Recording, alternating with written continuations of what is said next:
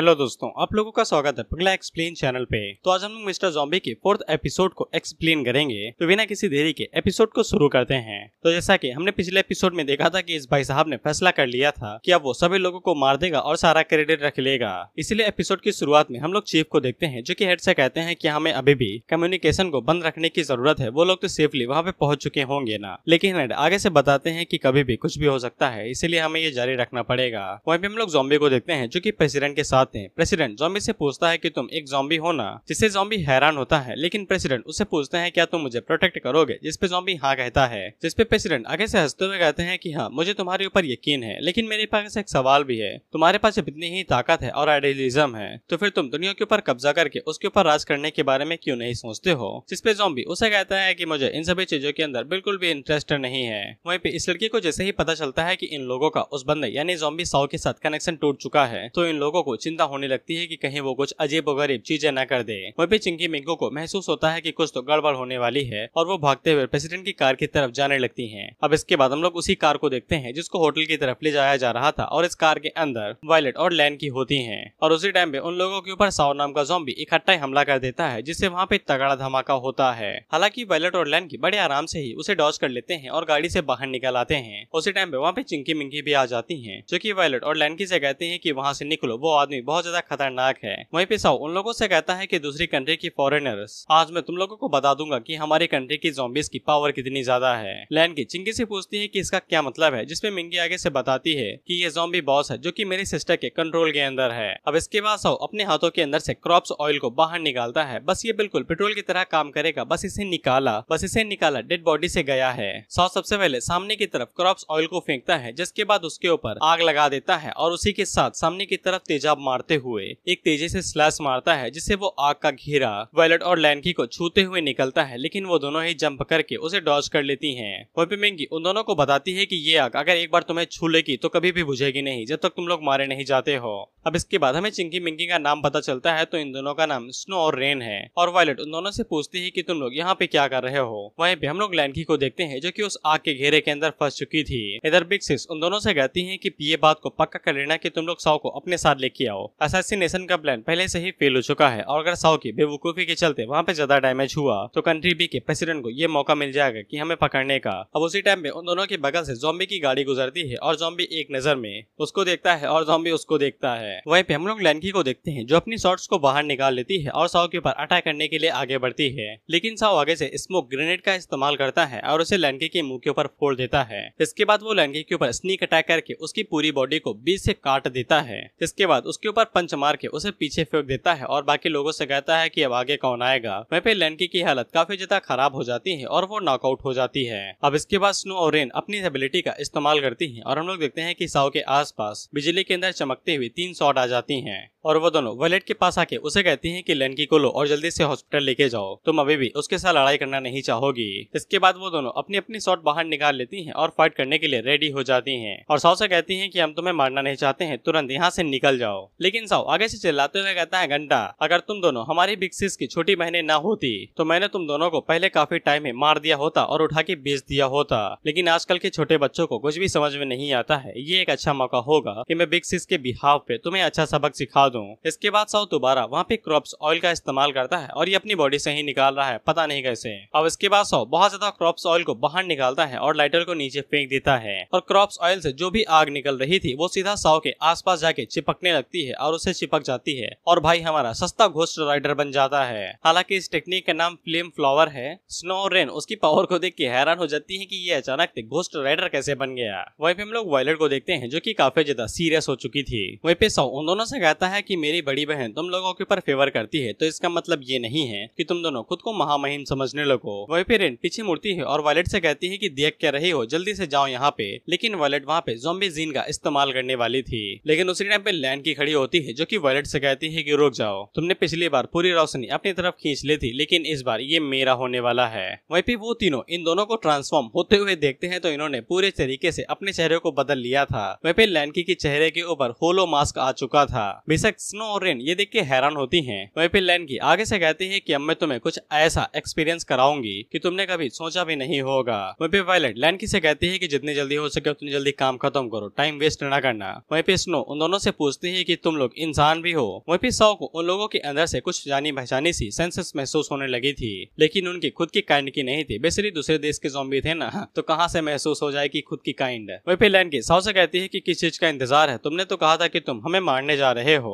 जिसपे साउ आगे से कहता है ठीक है, तुम्हें इतना ही इंतजार है तो फिर ये लो। इसके बाद वो सामने की तरफ अटैक करता है और वहाँ पे बहुत बड़े बड़े धमाके होने लगते हैं। जिसके बाद वो फ्लेम फ्लावर बुलेट नाम का एक अटैक इस्तेमाल करता है और सामने की तरफ 3 आग की बुलेट्स फेंकता है। लेकिन हम लोग लैनकी को देखते हैं जो कि उन सभी बुलेट्स को इनहेल करने लेती है और अपने पेट के अंदर भर लेती है। रेन आगे से कहती है कि उसने ये आग को निगल कैसे लिया। अब इसके बाद लैनकी तेजी के साथ आगे बढ़ती है और डायरेक्ट सो के ऊपर एक जोरदार लात मारती है, जिससे वो दूर जाके गिरता है। लेकिन सो खुद को संभाल लेता है और उसे समझ में नहीं आता है कि एक इंसान की किक इतनी ज्यादा शक्तिशाली कैसे हो सकती है। वहीं पे बिग सिस उनसे कह रही थी कि अगर तुम्हें मेरी बात सुनाई दे रही है तो जल्दी वहाँ से बाहर निकलो, लेकिन सो उनकी बात को इग्नोर कर दे रहा था।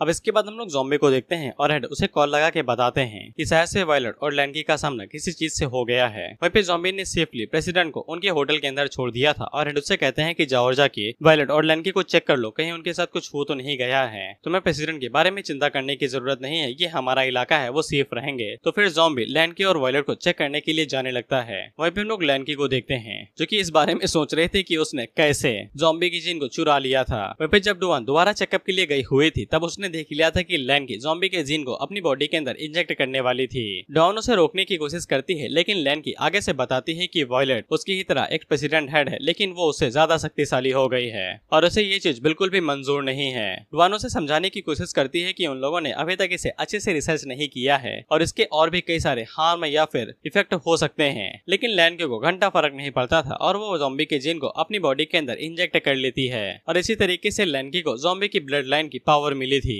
वहीं पे वायलट को समझ में आ जाता है कि लैनकी ने अपने इमोशन से कंट्रोल खो दिया है। वहीं पे हम लोग सौ को देखते हैं जो कि अपनी फ्लेम्स की मदद से वहाँ पे एक बवंडर ले आता है, लेकिन लैनकी आगे से उसने अभी तक जो भी हवा अपने पेट के अंदर भरी हुई थी सॉरी आग को, वो अब बाहर की तरफ रिलीज करने लगती है, जिससे वो सभी लोग हैरान होते हैं कि अचानक से आग क्यों उगलने लगी। लेकिन जैसे ही वो आग सौ को पकड़ती है तो फिर सौ को जलन होने लगती है और वो दर्द में चीखने और चिल्लाने लगता है। उसी टाइम पे लैनकी उसके पास आती है और उसके मुंह के ऊपर एक जोरदार पंच मारती है, जिससे सौ सीधा जमीन के अंदर घुसता है और जमीन के अंदर ही घुस जाता है। अब इसके बाद लैनकी के ऊपर पूरी तरीके से क्रेजीनेस हावी होने लगती है और वो जोरों शोरों से चीखने और चिल्लाने लगती है। वायलट उससे कहती है कि अपने इमोशन के ऊपर कंट्रोल करो, अगर ऐसा ही चलता रहा तो फिर तुम बहुत जल्द ही अपनी बॉडी से कंट्रोल खो दोगी। वहीं पे हम लोग लैनकी को देखते हैं जिसे खून की उल्टियां होने लगी थी ज्यादा पावर को यूज करने की वजह से। अब इसके बाद लैनकी सौ की तरफ आगे बढ़ते हुए कहती है कि अब मैं तुम्हें खा लूंगी, जिसे सौ डर के मारे पीछे हटने लगता है और आगे से कहता है कि साला ज़ॉम्बी मैं हूँ या तुम मुझे खाने की क्यों बात कर रही हो।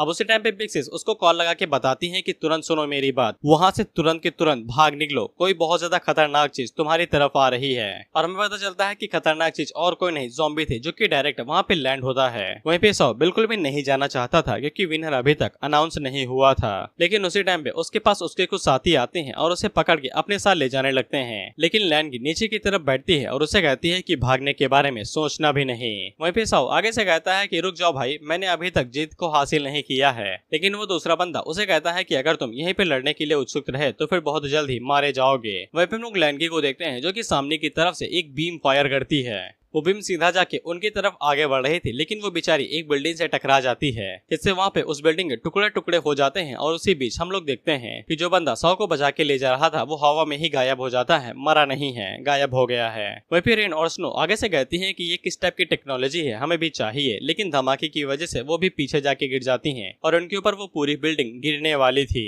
वहीं पे वायलट को पहले से ही पता था कि जैसे ही वो कंट्रोल खो देगी तो उसके अंदर की जो पावर होगी वो और भी ज्यादा बढ़ जाएगी। वहीं पे वो बिल्डिंग स्नो और रेन के ऊपर गिरने वाली थी, लेकिन उसी टाइम पे कोई उस बिल्डिंग के ऊपर अटैक करता है और उसके बीच से 2 टुकड़े कर देता है, और कोई नहीं, ये हमारा ज़ॉम्बी था। स्नो और रेन आगे से कहती हैं कि ये कौन है जिसने हमारी जान बचा ली। वहीं पे जब ज़ॉम्बी उन लोगों की तरफ देखता है तो वो हेंताई प्रोटैगनिस्ट बन चुका था। वहीं पे वो दोनों तो ज़ॉम्बी को देख के हैरान ही हो चुकी थी। उसी टाइम पे ज़ॉम्बी की नजर लैनकी के ऊपर पड़ती है जो कि अपनी पावर्स को रिलीज ही करे जा रही थी, तो ज़ॉम्बी उसकी तरफ अपना हाथ बढ़ाता है और अपनी मुट्ठी बंद करने के साथ ही वो लैंकी की पावर को डिस्कनेक्ट कर देता है, जिससे लैंकी का होलो मार्क्स टूट जाता है और वो आजाद हो जाती है। साथ ही में जो वो पावर रिलीज कर रही थी वो भी खत्म हो जाती है। ज़ॉम्बी अपनी जिन को 100% कंट्रोल कर सकता है, लेकिन वो बस करता नहीं है। लैंकी के साथ साथ वायलेट भी अपनी पावर को डिस्कनेक्ट कर लेती है, जिसके बाद वायलेट लैंकी से पूछती है क्या तुम ठीक हो। वहीं पे ये दोनों भी उन लोगों को ऐसे देख के हैरान हो चुकी थी। इसके बाद उन लोगों को याद आता है कि वो लोगों की जान किसी खूबसूरत लड़की ने बचाई थी,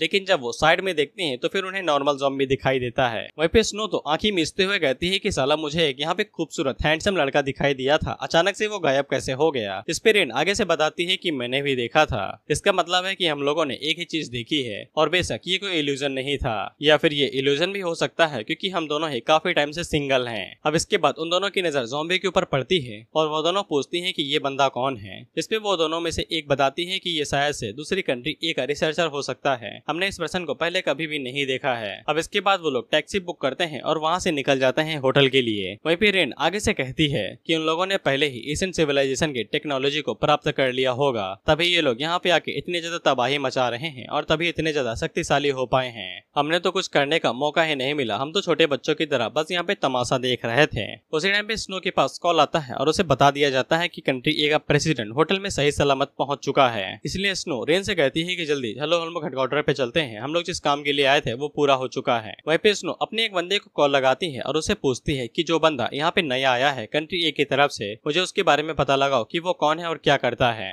अब इसके बाद हम लोग सौ और इस अलग बंदे को देखते हैं। वहीं पे सौ तो अभी भी रेड लगाया जा रहा था कि मैंने फाइटिंग खत्म नहीं की थी, तो दूसरा बंदा उसके ऊपर चिल्लाते हुए कहता है कि एक चट्टा मारूंगा मुंह लाल हो जाएगा, एक तो जान बचाई है ऊपर से चिल्ला रहे हो कि फाइट नहीं लड़ पाया। खैर वो बंदा सौ को बताता है कि हम लोग अभी के लिए उस मिस्टीरियस फेलो के बारे में बात नहीं करते हैं, असैसिनेशन का मिशन पहले ही खत्म हो चुका है, लेकिन मुझे कुछ फील हो रहा है कि फॉरेनर की तरफ से यहाँ पे कुछ पावरफुल ज़ॉम्बीज आने वाले हैं और वो हमारे इलाके के अंदर एंटर होने वाले हैं। अब इसके बाद हम लोग एक प्लेन को देखते हैं जो कि कंट्री बी के अंदर लैंड होता है और उसके अंदर पेट ट्रांसपोर्ट था, यानी कि जो दो पावरफुल ज़ॉम्बीज थे वो और कोई नहीं लैंग और फर थे, और ये कोई नॉर्मल डॉग्स नहीं है, ये ज़ॉम्बी गॉड के डिवाइन डॉग्स हैं। अब इधर हम लोग फर को देखते हैं जो कि आगे से कुत्ते की तरह वुफ नहीं बल्कि शेर की तरह दहाड़ रहा था, इसलिए लैंड की उसके पास आती है और उसके ऊपर कुत्ते का पट्टा बांध के उसे कहती है कि अच्छे से बिहेव करो, अगर हम लोगों एक्सपोज हो गए तो मैं तुम्हारे बॉस को बता दूंगी। अब इसे फर के दिमाग के अंदर परमिट के बारे में याद आता है जो अभी तक बंधा हुआ है। इसके बाद वो आगे से कुत्ते की तरह वुफ वुफ करने लगता है। वहीं पे रेन और स्नो उनके डॉग्स को चेक करने के लिए आती हैं और उनसे कहते हैं कि तुम्हारे पेट्स तो कुछ ज्यादा ही दिखने में स्पेशल हैं, जिसपे लैंड की और वायलेट आगे से कहती हैं कि स्पेशल है, हमें तो नहीं लगता है। खैर स्नो और रेन उनके पेट्स को अप्रूवल दे देती हैं और उनसे कहती हैं कि कोई भी बात नहीं है, जाओ और जाके इन्हें खाना पानी खिलाओ। अब इसके बाद लैंड की और वायलेट उन दोनों को लेके वहाँ से जाने लगती हैं। वहीं पे स्नो आगे से कहती है कि ये दोनों वुमेन्स काफी ज्यादा चालाक हैं, हम इनसे कभी भी बात करके ये पता नहीं लगा पाएंगे कि इनकी पावर का सोर्स क्या है। ऐसा लगता है कि हमें दूसरे प्लान का इस्तेमाल करना पड़ेगा, क्या तुमने उस प्रोफेशनल को हायर कर लिया है। इसमें रेन आगे से कहती है कि उसे तो अब तक आ जाना चाहिए। रेन इस लड़की का नाम है जिसकी टोपी के ऊपर स्टार बना हुआ है। अब इसके बाद अगला सीन 2 दिनों के बाद का होता है और कंट्री ए का प्रेसिडेंट अब अपनी 7 दिन की विजिट को शुरू करता है, जहाँ पे वो अलग अलग लोगों से जाता है मीटिंग करने के लिए। अब इसके बाद में प्रेसिडेंट की पूरी दिनचर्या बताई जाती है कि वो सबसे पहले एक मॉल के अंदर गए थे उसका उद्घाटन करने के लिए, इसके बाद वो असेंबली के अंदर गए उनके बारे में कुछ बात करने के लिए, इसके बाद वो वहाँ की क्वीन से भी मिले शाम को टाइम पे और सभी लोग उनका पीछा करते हुए उनकी फोटो वोटो खींच रहे थे। और रात के टाइम पे उनकी एक ऑफिशियल मीटिंग हुई जहाँ पे वो लोग अपने ऑफिशियल मैटर्स को लेके डिस्कस कर रहे थे। अब रात के टाइम पे इन लोगों की जॉब खत्म हो जाती है, वहीं पे वायलेट तो काफी ज्यादा थक चुकी थी। अब इसके बाद हम लोग रेन को देखते हैं जो कि स्नो से पूछती है तुम्हें पक्का यकीन है कि तुमने इसी बंदे को खूबसूरत आदमी में बदलते हुए देखा था, जिस पे रेन आगे से कहती है दोनों आंखों की कसम। अब इसके बाद वहाँ पे वो प्रोफेशनल बंदा आ जाता है जो इनके साथ काम करने वाला है और इस बंदे का नाम है हेड चुई और इस बंदे की स्पेशल एबिलिटी ये है कि ये किसी भी बंदे के मेमोरीज को एक्सट्रैक्ट यानी कि देख और निकाल सकता है। जिसमें रेन आगे से बताती है कि तुम्हें इस बंदे की मेमोरीज को एक्सट्रैक्ट करना है और निकालना है और हमें ये काम जल्दी करना पड़ेगा। ये आदमी बहुत ज्यादा मिस्टीरियस है, हमें इसके बारे में कोई भी जानकारी नहीं मिली है, यहाँ तक कि हमने पूरी भाई जड़ें खोद निकाली तब भी हमें इसके बारे में कोई भी जानकारी नहीं मिली कि ये पैदा कहाँ पे हुआ, इसकी उम्र क्या है, इसका नाम क्या है। हमें ऐसा लगता है कि इसका पक्का जरूर किसी एशियन सिविलाइजेशन से लेना देना होगा। जिसपे चुई आगे से कहता है कि कोई भी बात नहीं है, मैं इस काम में बहुत ज्यादा माहिर हूँ, तुम लोगों को चिंता करने की जरूरत नहीं है। इसके बाद वो एक इंजेक्शन को अपने अंदर घुसाता है और वहाँ पे ट्रांसफॉर्म होके कंट्री ए का प्रेसिडेंट बन जाता है। इस पे रेन उसे कहती है कि वाह मैं तो पहचाने नहीं पा रहे थे कि तुम हेड चुई हो, हमें तुम्हारे ऊपर यकीन है कि तुम काम को जल्दी पूरा कर लोगे। अब इसके बाद हम लोग वायलेट को देखते हैं जो कि सोडा बाहर निकालती है और ज़ॉम्बी को पीने के लिए देती है और उसे पूछती है कि मैं ये सोच रही होंगे कि तुम कितने साल के होगे। ज़ॉम्बी आगे से कहता है कि मुझे क्या पता, मैं भूल गया। इस पे वॉयलेट आगे से अंदाजा लगाते हुए कहती है कि 800 साल, 1000 साल, 200 साल या फिर 2000 साल। लेकिन वो बाद में निराश होकर वहाँ से जाते हुए कहती है कि इसका कोई भी फायदा नहीं है, तुम्हें खुद ही नहीं पता है कि तुम कितने साल के हो। ज़ॉम्बी उसे बता देता है कि वो सोने के लिए जा रहा है। अब इसके बाद हम इन दोनों को देखते हैं जो कि उनके होटल के अंदर घुस चुके थे, जबकि सिक्योरिटी काफी ज्यादा टाइट थी। वहीं पे इंसानी बंदा आगे से कहता है कि हमें यहाँ पे सच में आने की जरूरत थी। इस पे आसी आगे से कहता है कि मुझे नहीं पता, मैंने जैसे ही उसे देखा तो मुझे इतना पता चल गया कि वो कोई इंसान नहीं है। अब इसके बाद आसी जब ज़ॉम्बी को पीछे से जाते हुए देखता है तब उसके अंदर से निकलता हुआ ऑरा आसी को बहुत ज्यादा डरा देता है। इसीलिए आसी तुरंत अपने दोस्त को पकड़ता है और उसे कहता है कि भागो यहाँ से, मैं गिव अप करता हूँ। अब जब ज़ॉम्बी सोने के लिए जा ही रहा था तब उसके पास स्नो वॉयलेट बन के कॉल करती है और उसे बताती है कि प्रेसिडेंट ने तुम्हें बुलाया है। वॉयलेट उससे पूछता है कि तुम तो सोने जा रही थी ना। इस पे स्नो आगे से कहती है कि तुम्हें क्या फर्क पड़ता है, प्रेसिडेंट ने तुम्हें बुलाया है, जाओ और जाके उनसे मिल लो, वो तुम्हारा इंतजार रूम नंबर 614 में इंतजार कर रहे हैं। अब इसके बाद हम लोग असली वाली वॉयलेट को देखते हैं जो सोने के लिए जा रही थी। उसी टाइम पे लैन की उसके पास आती है और उसे बताती है कि प्रेसिडेंट ने हमें बुलाया है। अब इसके बाद हम लोग ज़ॉम्बी को देखते हैं जो कि प्रेसिडेंट से मिलने के लिए जाता है। ये नकली वाला है यानी हेड चोई। अब इसके बाद हम लोग वॉयलेट और लैन को देखते हैं जो कि ज़ॉम्बी से कांटेक्ट करने की कोशिश कर रही थी,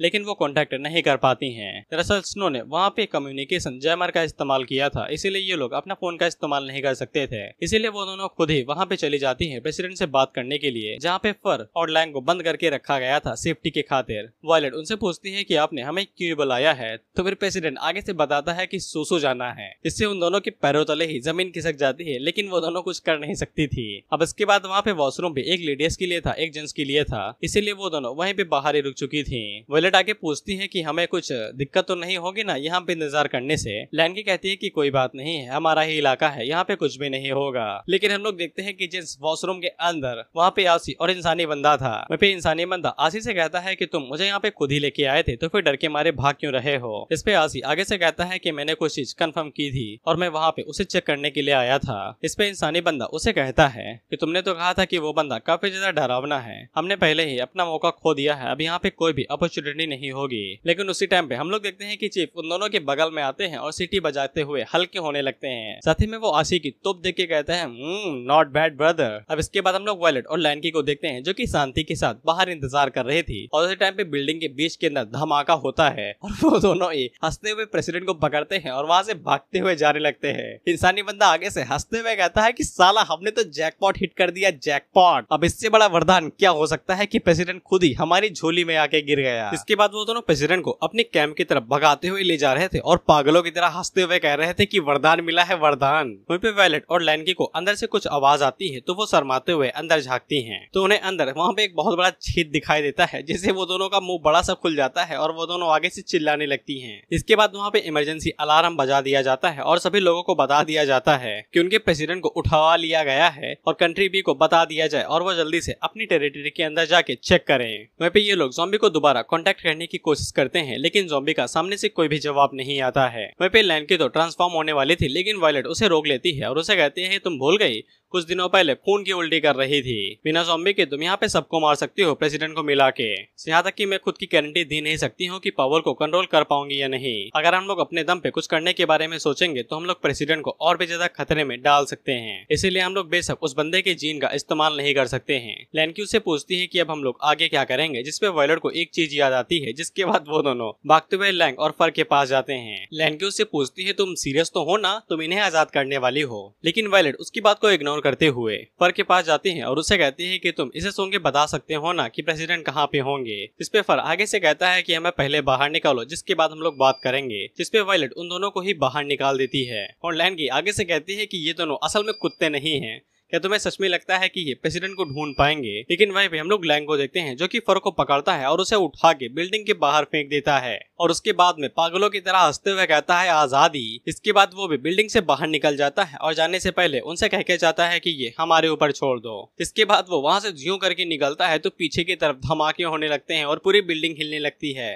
और लैंगी आगे से कहती है कि मुझे पता था इनको खुला छोड़ना हमारे ट्रांसफॉर्मेशन से ज्यादा खतरनाक है। अब इसके बाद हम लोग फर को देखते हैं जो कि श्यों करके आसिया और इंसानी बंदे के पास पहुंच जाता है और उनसे कहता है कि भाई अगर मारना नहीं चाहते हैं तो उस आदमी को यहीं पे छोड़ दे। लेकिन आसी आगे से चिल्लाते हुए कहता है कि तुम कंट्री ए के कमीन हो, तुम्हें क्या सच में लगता है कि वो लोग ज़ॉम्बी बॉसेस को पालेंगे तो हम उनका कहना मानने लगेंगे। इसके बाद वो दोनों और तेजी के साथ वहाँ से भागने लगते हैं। लैंग भी फर के पास आ जाता है और उससे कहता है कि हमें उसे वापस ले जाना पड़ेगा, नहीं तो हम लोग मारे जाएंगे। वहीं पे वायलेट लैंड से कहती है कि चलो उनका पीछा करते हैं, अब हम लोग यही चीज कर सकते हैं। अब इसके बाद लैंड की और वायलेट फर और लैंग के पीछे थे। वहीं पे लैंग और फर आसी और इंसानी बंदे के पीछे थे। वहीं पे आसी और इंसानी बंदे अपने इलाके के अंदर पहुंच जाते हैं और वहाँ पे पहुंचने के बाद उनकी मुलाकात साओ और दूसरे ज़ॉम्बी से होती है। वो दोनों पूछते हैं कि ये तो प्रेसिडेंट है ना, लेकिन आसी आगे से चिल्ला के कहता है कि खड़े मत रहो, हमारा पीछा दो खतरनाक चीजें कर रही हैं। अब इसके बाद ही वहाँ पे लैंग और फर आ जाते हैं और वो लोग जैसे ही लैंग और फर को देखते हैं तो डर के मारे कांपने लगते हैं, क्योंकि वो दोनों ही बहुत ज्यादा हाई लेवल के बॉस ज़ॉम्बी हैं। वहीं पे फर उन लोगों से कहता है कि उस पर्सन को हमारे हवाले कर दो, इससे हम लोग एक बड़ी जंग को अवॉइड कर सकते हैं, नहीं तो हम लोगों को ज़ॉम्बी फॉर्म के अंदर आके इन सभी चीजों से निपटना पड़ेगा,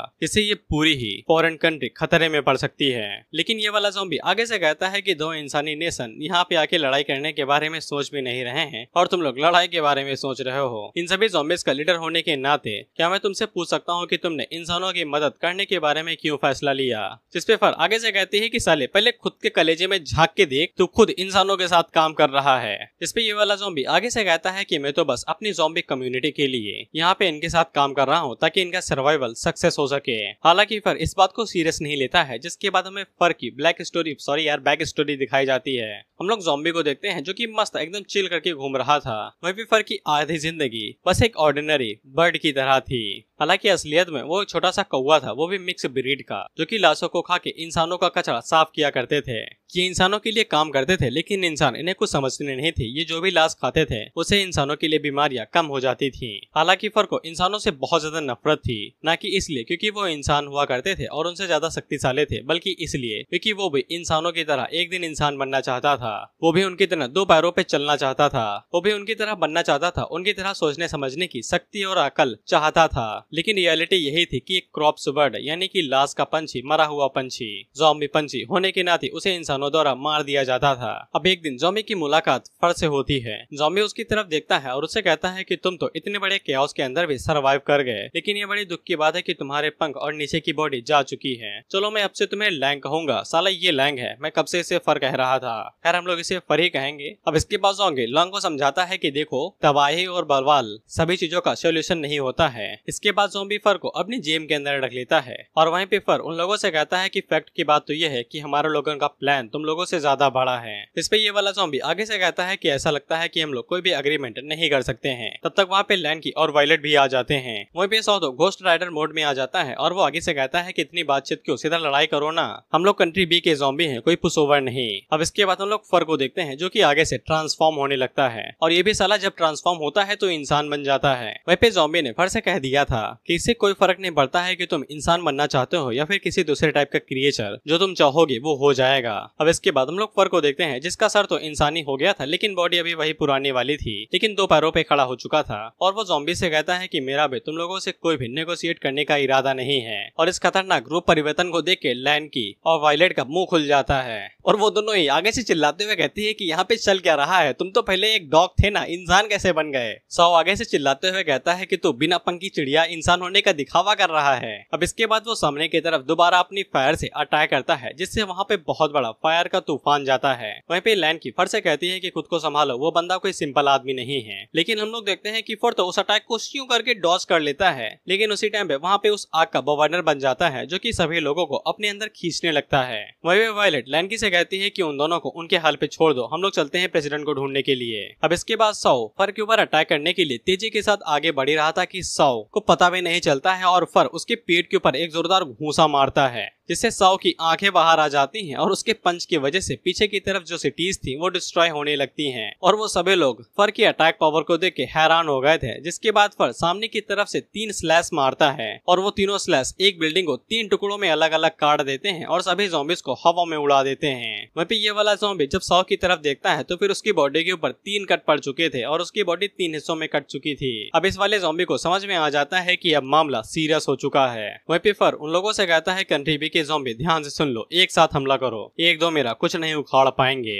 इसके बाद वो सभी ज़ॉम्बी चाकू छुरा जो भी था वो सभी तेजी के साथ फर की तरफ फेंकते हैं। हालांकि फर के वो लोग कुछ भी उखाड़ नहीं पाते हैं और वो चाकू छुरे फर की बॉडी के साथ टकरा के डिस्ट्रॉय हो जाते हैं। अभी लंबे बाल वाला ज़ॉम्बी डायरेक्ट फर के ऊपर अटैक करने की कोशिश करता है, लेकिन फर अपने एक हाथ की मदद से ही उसे रोक लेता है और उसके रोकने की वजह से वहाँ पे फोर्स रिलीज होती है, इससे ये ज़ॉम्बी पीछे हट जाता है। अब इसके बाद फर वहाँ पे स्पेशल अटैक करने वाला था। वहीं पे ये दोनों प्रेसिडेंट को ढूंढ रही थी और उन्हें प्रेसिडेंट मिल जाता है। वहीं पे ये वाला ज़ॉम्बी सभी ज़ॉम्बी से कहता है कि एक साथ उनके ऊपर अटैक करो और उन्हें रोको, जिसपे वो सभी ज़ॉम्बी एक साथ लैंकी के ऊपर अटैक करने लगते हैं उन्हें रोकने के लिए। लेकिन उसी टाइम पे हम लोग लैंग को देखते हैं जो कि एक बिल्डिंग के ऊपर चढ़ा हुआ था, जिसके बाद वो वुश करके अपने पंखों को निकालता है और हम लोग देखते हैं कि उसका साइज बहुत ज्यादा बड़ा हो जाता है। भाई का एक हाथ एक सिटी के बराबर था। जिसके बाद हम लोग देखते हैं कि वहाँ पे लैंग एक बहुत बड़े मॉन्स्टर के अंदर ट्रांसफॉर्म हो जाता है और लैंग को इतने बड़े साइज के अंदर देख के लैंग की और वॉयलेट का बड़ा सा मुंह खुल जाता है और वो दोनों आगे से चिल्लाने लगती है कि ये चीज क्या है। वहीं पे हम लोग लैंग को देखते हैं और इसका साइज तो काफी ज्यादा बड़ा था, बेशक वो मेगा रोबोट जितना बड़ा था। ये देख लो पूरे पैनल के अंदर कितना बड़ा है। अब लैंग के साइज की वजह से वो बिल्डिंग उसका वजन झेल नहीं पाती है और लैंग उस पूरी बिल्डिंग को डिस्ट्रॉय करते हुए जमीन पे आके गिरता है। वहीं पे ये वाला ज़ॉम्बी आगे से बताता है, ओ माय गॉड, ये तो एशियन एबरेंट स्पीसीज है। वहीं पे लैंग और वायलेट एक साथ चिल्लाते हुए कहते हैं कि तुम दोनों उस केज के अंदर कैसे रह रहे थे। मुझे पहले लगा था कि तुम दोनों कोई भी खतरा नहीं रहोगे, इसीलिए मैंने तुम्हें बाहर आने दिया था, लेकिन ये तो हमारी ट्रांसफॉर्मेशन से बिल्कुल अलग है। तुम लोग बिल्कुल भी प्रेसिडेंट को हार्म नहीं कर सकते हो। वहीं पे लैंग तो बिल्कुल चिक सामने की तरफ खड़ा था और आराम से मजे ले रहा था। वहीं पे आसी जैसे ही लेजेंडरी लेवल एबरेंट स्पीसीज को देखता है तो वो जल्दी से प्रेसिडेंट को इंसानी बंदे के हवाले कर देता है और उसे कह देता है कि इसे जल्दी से बिग सिक्स के पास लेके जाओ और वहाँ पे कॉन्शियसनेस इनहांसमेंट डिवाइस को एक्टिवेट कर देना, जिससे हम लोग और भी ज्यादा शक्तिशाली हो जाएंगे, नहीं तो हम लोग पूरी तरीके से यहाँ पे मारे जाएंगे। भले ही इसे हमारी जान खतरे में आ जाए, लेकिन हम लोग कभी भी उसके बिना इनका सामना नहीं कर पाएंगे। फिर ये वाला ज़ॉम्बी आगे से कहता है कि इस एरा के अंदर भी क्या इस तरह के एशियन मॉन्स्टर अभी भी यहाँ पे हैं। अब इसके बाद हम लोग देखते हैं कि फर लैंग के पास जाता है और उसे कहता है कि ये भी कोई ऑर्डिनरी ज़ॉम्बी बॉसेस नहीं है। अब इसके बाद इंसानी बंदा बिग सिक्स के पास जाता है और उसे बताता है कि यहाँ पे दो खतरनाक चीजें आ चुकी हैं। बिग सिक्स कहती है कि मैंने इसे पहले ही देख लिया है। इसके बाद इंसानी बंदा उसे बताता है कि ये तो प्रेसिडेंट ए का कंट्री प्रेसिडेंट है, हम इसका क्या करें। बिग सिक्स उसे कहती है कि देख क्या रहे हो, इसे मार दो, क्या इंतजार कर रहे हो कि मैं तुम्हें ऑर्डर दूं। अब इससे उस बंदे का मुंह बन जाता है, क्योंकि अगर इसे मारा तो पक्का मारा जाएगा। इसीलिए वो यहाँ से ये कहते हुए भाग जाता है कि यासी को मेरी जरूरत है, मैं जा रहा हूँ उनकी मदद करने के लिए। अब इसके बाद वो भागते हुए जाता है और उस डिवाइस को एक्टिवेट कर देता है जिसके लिए यासी ने कहा था। अब जैसे ही वो डिवाइस एक्टिवेट होता है तो उनकी मेंटल स्टेट पहले से ज्यादा बिगड़ जाती है, बेसिकली ये बुजुर्ग हो जाते हैं। वहीं फर आगे से कहता है कि मैंने सोचा भी नहीं था कि ये लोग ये कदम उठा लेंगे कि ह्यूमन टेक्नोलॉजी को एक साथ मिला के हमारे ऊपर अटैक करेंगे, लेकिन इसका कोई भी फायदा नहीं है, ये अभी भी बस छोटी मोटी मक्खियां हैं। वहीं पे लैंग आगे से कहता है कि इससे हमें कोई फर्क नहीं पड़ता है, हम लोग सिर्फ एक ही बंदे का कहना मानते हैं, यानी कि ज़ॉम्बी का। दरअसल यहाँ पे एक डिवाइस का इस्तेमाल किया जा रहा था जिसकी मदद से ज़ॉम्बीज को कंट्रोल किया जा सकता है और बिग से शायद उसी का इस्तेमाल करती हैं। अब इसके बाद वहाँ पे लैंग सबसे पहले अपने हाथ को उठाता है और सामने की तरफ बस एक स्लैश मारता है, जमीन पे नहीं मारता, सिर्फ हवा में मारता है और उसके हवा में अपना हाथ घुमाने से ही वहाँ पे जमीन के चीथड़े उड़ जाते हैं और जो भी बिल्डिंग सामने की तरफ से वो धूल बन के हवा में गायब हो जाती हैं। साथ ही में जो भी ज़ॉम्बीज थे वो भी हवा में ही गायब हो जाते हैं और सभी लोग इस अटैक को देख के हैरान हो चुके थे। जिन लोगों ने कॉन्शियसनेस इनहांसमेंट डिवाइस का इस्तेमाल किया था उनकी आंखें बाहर आ गई थी। इंसानी बंदा आगे से चिल्लाते हुए कहता है कि एक स्ट्राइक में पूरी आर्मी को ही इनहाइलेट कर दिया। अब इस बंदे का नाम पता चला है, इसका नाम है आउगी, जो कि फर के ऊपर अटैक कर देता है और उसका गला पकड़ लेता है, लेकिन फर उसके हाथ को पकड़ के उसे उठा के नीचे पटक देता है, जिससे आउगी के मुंह से खून बहने लगता है। अब इसके बाद हम लोग आसी को देखते हैं जो कि एक बिल्डिंग के ऊपर आ जाता है। वहीं पे उसका इंसानी बंदा जल्दी से एक लीवर को खींचता है। वहीं पे आसी तेजी की तरफ से आगे बढ़ रहा था लैंग के ऊपर अटैक करने के लिए। वहीं पे जैसे ही लीवर को खींचा जाता है तो फिर आसी के अंदर अलग से ही पावर आने लगती है, जिसके बाद वो भी एक बहुत बड़े बीस्ट के अंदर ट्रांसफॉर्म हो जाता है और ये भी अपने दोनों पैरों पे खड़ा हो जाता है। जिसके बाद वो लैंग की तरफ आगे बढ़ने लगता है। लैंग उसकी तरफ देखता है और कहता है कि सेम रेस के हो क्या भाई। अब इसके बाद आसी डायरेक्ट लैंग के ऊपर एक जोरदार अटैक कर देता है। वहीं पे आगुई अभी भी हार नहीं मानता है और वो दोबारा फर के ऊपर अटैक करता है और वो अटैक करते हुए फर से पूछता है कि तुम सच में बहुत ज्यादा शक्तिशाली हो, तुमने इंसानों को साथ देने का फैसला क्यों किया, जबकि हम लोग ऑब्वियसली एक ही सेम और एक ही स्पीसीज से हैं। इस पे फर सामने से अटैक करते हुए कहता है कि सवाल का जवाब नहीं दे सकता, मुझे बस ऑर्डर मिले हैं, इसीलिए मैं इंसानों की प्रेसिडेंट की जान बचा रहा हूँ। जिसके बाद वो आगुई के मुंह के ऊपर अटैक करता है और उसे नीचे गिरा देता है।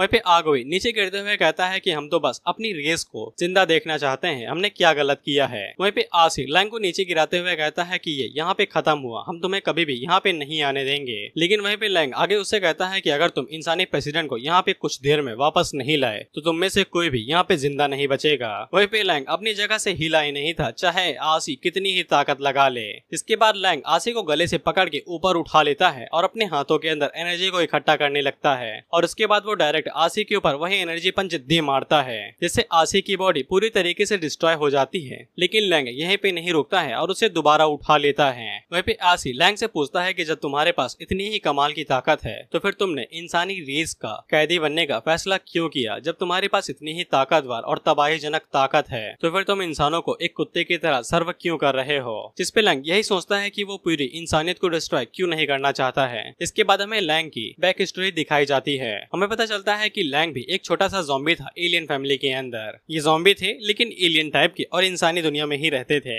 लैंग बताता है कि वो भले ही एलियन रेस के थे लेकिन नॉर्मल वॉकिंग डेड यानी ज़ॉम्बीज की तरह नहीं थे। इनके पास इनकी खुद की कॉन्शियसनेस थी और खाना ढूंढने के भी तरीके थे। ये अपने इलाके में ही रहते थे, शांति के साथ, कोई भी लड़ाई दंगा नहीं, इंसानों के साथ कोई लेना देना नहीं। लेकिन इसी के बाद वो कमीने ह्यूमंस यहाँ पे आ गए सो कॉल्ड टेक्नोलॉजी के साथ और इन लोगों ने इन एलियन स्पीसीज के सभी घरों को डिस्ट्रॉय कर दिया। इंसानों ने लैंग के पूरे घर को डिस्ट्रॉय कर दिया उनकी सो कॉल्ड टेक्नोलॉजी के साथ। सिर्फ इस वाक्य के आधार पे जो हमारी जाति नहीं है, जो हमारी काइंड नहीं है, उसे मरना पड़ेगा। लैंग के सभी साथी मारे गए, उनमें से कोई भी जिंदा नहीं बचा। लैंग को बचाने के लिए उसके पेरेंट्स ने उसे एक गुफा के अंदर छुपा दिया जब सभी इंसान उनकी पूरी स्पीसीज को डिस्ट्रॉय कर रहे थे, मार रहे थे। और लैंग हमसे कहता है कि इंसानों के खातिर हम लोग मॉन्स्टर थे लेकिन हमारी आंखों के अंदर इंसान क्या थे। मैंने उन्हें अपनी ही आंखों से अपनी ही लोगों को मारते हुए देखा और उसी टाइम पे लैंग को इंसानों से इतनी ज्यादा नफरत हुई कि वो उनसे बदला लेना चाहता था। लेकिन इन सब के बावजूद, लेकिन इन सबसे कहीं अलग, वो सबसे ज्यादा खुद से नफरत करता है क्योंकि उसके पास उसका कायरपना है, वो कमजोर है, वो अपने लोगों को नहीं बचा सकता है खुद की कायरता के चलते।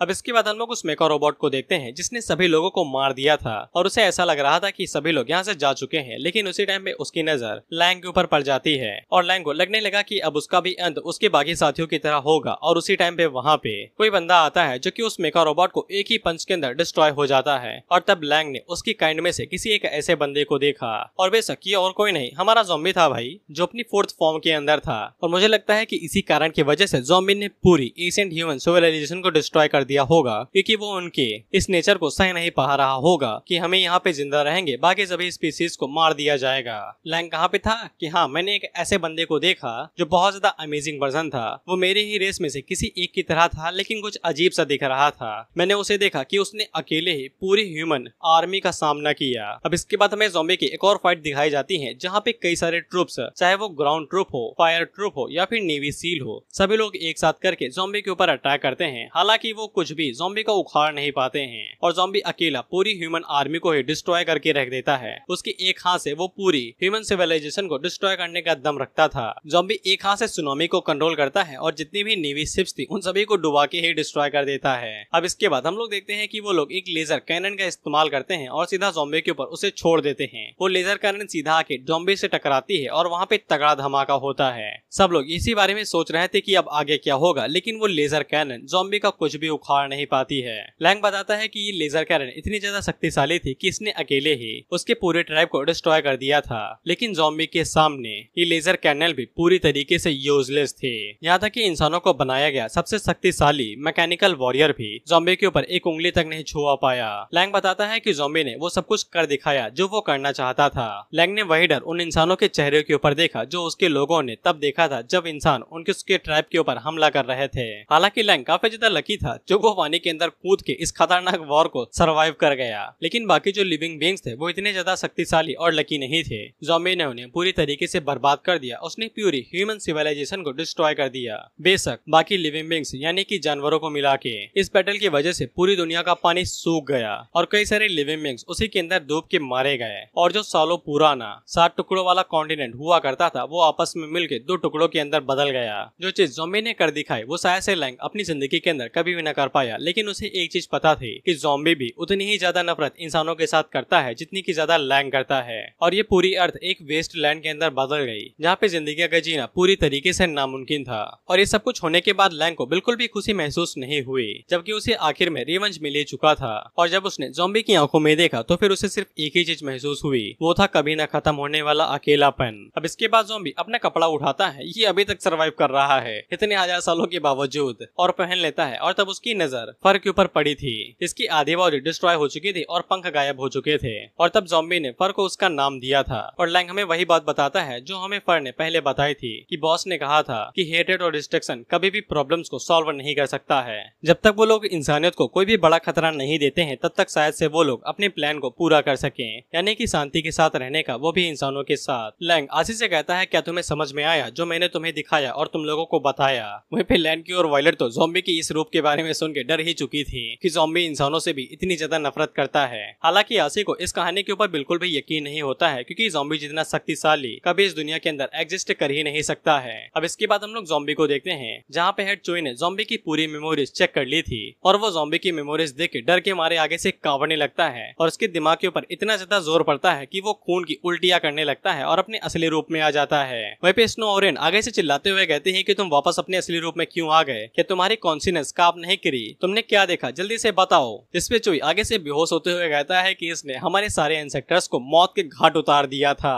स्नो आगे से चिल्लाते हुए कहती है कि इसका क्या मतलब है, कुछ तो ऐसा कहो जो सेंस बनाए। अब इसके बाद वो दोनों वहाँ से भागते हुए चोई को बचाने के लिए जाने लगती है क्योंकि ज़ॉम्बी उसे मार भी सकता था। वहीं पे ज़ॉम्बी को तो कुछ पता ही नहीं चला था कि अभी क्या हुआ था, वो तो बेचारे को ऐसा लग रहा था कि वो सो चुका था। खैर उसको वहाँ पे प्रेसिडेंट नहीं दिखाई देते हैं तो वो तुरंत वहाँ से बाहर निकल जाता है। ये दोनों उसको हॉस्पिटल लेके जाती हैं और उसे कहती हैं कि 1 मिनट, मरने से पहले ये तो बता जाओ कि तुम क्या बात कर रहे थे, आधी अधूरी बात हमें हजम नहीं होती है। वहीं पे ज़ॉम्बी के पास हेड का कॉल आता है और वो उसे बताते हैं कि प्रेसिडेंट को आधे घंटे पहले किडनैप कर लिया गया है और ऐसा लगता है कि वो काफी ज्यादा मुसीबत में है, जल्दी से जाओ जाके उन्हें रेस्क्यू करो। जिसपे ज़ॉम्बी बिल्डिंग को तोड़ता है और स्यू करके उनकी तरफ जाने लगता है जहाँ पे लैंग और बाकी लोग थे। अब इधर हम लोग इमरजेंसी रूम को अंदर देखते हैं जहाँ पे रेन डॉक्टर से पूछते हैं कि उसकी कंडीशन कैसी है, जिसमें डॉक्टर उसे बताता है कि उसकी कंडीशन बिल्कुल भी ठीक नहीं है। रेन पूछती है कम से कम वो बात तो कर सकता है ना। डॉक्टर आगे से कहता है कि ज्यादा यार पूछताछ मत करो, एक तो उसकी जान बचाने में ही पसीने छूट गए हैं, अब वो वेगाटेटिव स्टेट के अंदर जा चुका है और मुझे नहीं लगता है कि अब वो अपनी जिंदगी के अंदर एक भी शब्द बोल पाएगा, जिससे इन दोनों का ऐसा चेहरा बन जाता है कि मानो आत्मा कांप गई हो। वहीं पे आसी आगे से कहता है कि तुम झूठ बोल रहे हो, अगर ऐसा पावरफुल ज़ॉम्बी यहाँ पे सच में एग्जिस्ट करता तो फिर हम लोगों को इतना ज्यादा सफर न करना पड़ता सिर्फ जिंदा रहने के लिए। तुमने बताया कि उसने प्यूरी ह्यूमन सिविलाइजेशन को डिस्ट्रॉय कर दिया था, उन्हें बर्बाद कर दिया था, तो यहाँ पे इंसान अभी तक जिंदा क्यों है। जिसपे लैंग आगे से कहता है कि इंसानों से पूछो, मुझसे क्यों पूछ रहे हो, लेकिन ऐसा लगता है कि तुमने अभी तक गिव अप नहीं किया है जब तक तुम मारे नहीं जाओगे। जिसपे आसी आगे से कहता है कि अगर तुम्हें तुम्हारा प्रेसिडेंट वापस चाहिए तो फिर तुमको मेरी डेड बॉडी से ऊपर होके जाना पड़ेगा। जिसके बाद उसके साथ साथ सभी ज़ॉम्बीज आगे से चिल्लाने और गुर्राने लगते हैं। जिसपे लैंग आगे से कहता है कि तुमने ये खुद से कहा है तो फिर मैं तुम्हें इस दुनिया के वजूद से ही मिटाने वाला हूँ। जिसके बाद वो अपने पंखों का इस्तेमाल करते हुए वहाँ पे एनर्जी को इकट्ठा करने लगता है। वो सभी लोग आगे से हैरान होने लगते हैं और आगे से कहते हैं कि अब ये क्या करने वाला है, क्या ये भूल चुका है कि हम लोग भी यहाँ पे है, इसे रोकना पड़ेगा नहीं तो ये सबके साथ साथ हमें भी मिटा देगा। अब उसी टाइम पे हम लोग देखते हैं कि ज़ॉम्बी वहाँ पे आ जाता है जो कि डायरेक्ट आसी की नाक के ऊपर खड़ा था और वो सामने की तरफ हाथ का इशारा करता है और लैंग से कहता है कि रुक जाओ। अब ज़ॉम्बी के वहाँ पे आ जाने से ही जो भी ज़ॉम्बी अभी एकदम आक्रोश में इधर उधर लड़ाई करने के लिए भाग रहे थे वो एक जगह पे खड़े होकर कांपने लगते हैं, यहाँ तक कि आसी भी आगे से कांपने लगता है और उसके पसीने छूटने लगते हैं। और जब ज़ॉम्बी उसकी तरफ पीछे मुड़ के देखता है तो वो सभी ज़ॉम्बीज अपने घुटने टेक देते हैं और अपने किंग को सर झुका के उसे सलामी देते हैं। लैंग आगे से कहती है कि यहाँ का माहौल अचानक से शांति भरा कैसे हो गया भाई। वहीं पे लैंग उन लोगों से कहता है कि अब तुम लोग उससे मिल ही चुके हो तो तुम्हें समझ में आ जाएगा। वहीं पे आसी एक झटके के अंदर समझ जाता है कि ये हम में से ही एक है, लेकिन ये हमसे सबसे ज्यादा शक्तिशाली है, कहीं यही हमारा भगवान तो नहीं। अब इसके बाद ज़ॉम्बी आसी से पूछता है कि ह्यूमन प्रेसिडेंट कहाँ पे है, जिसपे आसी उसे बता देता है कि वो फर्स्ट फ्लोर के नीचे वाले ग्राउंड के फ्लोर के अंदर है, तुम वहाँ पे जैसे ही जाओगे वो तुम्हें मिल जाएगा। वहीं पे हम लोग आगोई को भी देखते हैं और वो भी अपने घुटनों पे आ चुका था, जो कि आगे से कहता है कि ये कैसे मुमकिन हो सकता है, इसका प्रेशर तो उन दोनों मॉन्स्टर्स को मिलाने के बावजूद भी बराबर नहीं है। वहीं पे हम लोग बिग सिस को देखते हैं जिसने प्रेसिडेंट के मत्थे के ऊपर बंदूक तान दी थी और उससे कह रहे थे कि मैं अपने दुश्मनों के ऊपर कभी भी तरस नहीं दिखाती हूँ, रेस्ट इन पीस। लेकिन प्रेसिडेंट आगे से कहता है कि 1 मिनट के लिए रुको मोहतरमा, तुम कंट्री बी की रिबेलियन फोर्स में से एक हो ना, तुमने अपना नाम काफी ज्यादा ज्यादा फेमस करा रखा है। तुम्हारे पास सच में बहुत ज्यादा विजनरी अकाउंटेंट है और तुम सच में बहुत ज्यादा कमाल की हो और तुम एक लीडर भी हो। जिसपे बिग सिस आगे से कहती है कि मेरी तारीफ करने से तुम यहाँ से भाग नहीं पाओगे, समझ में आया बुद्धू। इस पर प्रेसिडेंट आगे से कहता है कि रुको तो भाई, मेरे पास एशियन सिविलाइजेशन की कोई जानकारी है, तुम्हें चाहिए ना वो। जिसपे बिग सिस आगे से कपड़ा हटाती है और उसे कहती है कि जल्दी बको, मेरे पास पेशेंस की काफी ज्यादा कमी है। अब प्रेसिडेंट आगे से बहुत लंबी चौड़ी बात करता है, बस इतना समझ लो कि वो यहाँ पे बस टाइम निकालने की कोशिश कर रहा था और बिग सिस को इसके बारे में पता चल जाता है और वो आगे से चिल्लाते हुए कहती है कि तुम्हें लगता है कि तुम मेरा बेवकूफ काट सकते हो। इसके बाद वो घोड़ा दबा देती हैं, लेकिन उसी टाइम पे वहाँ पे और भी कई सारे ज़ॉम्बीज आ जाते हैं जो कि बिग सिस को पीछे खींच लेते हैं और प्रेसिडेंट की जान बच जाती है। वहाँ पे बिग सिस आगे से चिल्लाते हुए कहते हैं, गद्दारी, हम तोहरा खाना दिया, पानी दिया, तोहर कॉन्सिनेंस दिया, तब भी तू हमारा साथ गद्दारी करल। अब इसके बाद बिग सिस की नजर ज़ॉम्बी के ऊपर पड़ती है जो कि वहाँ पे आ चुका था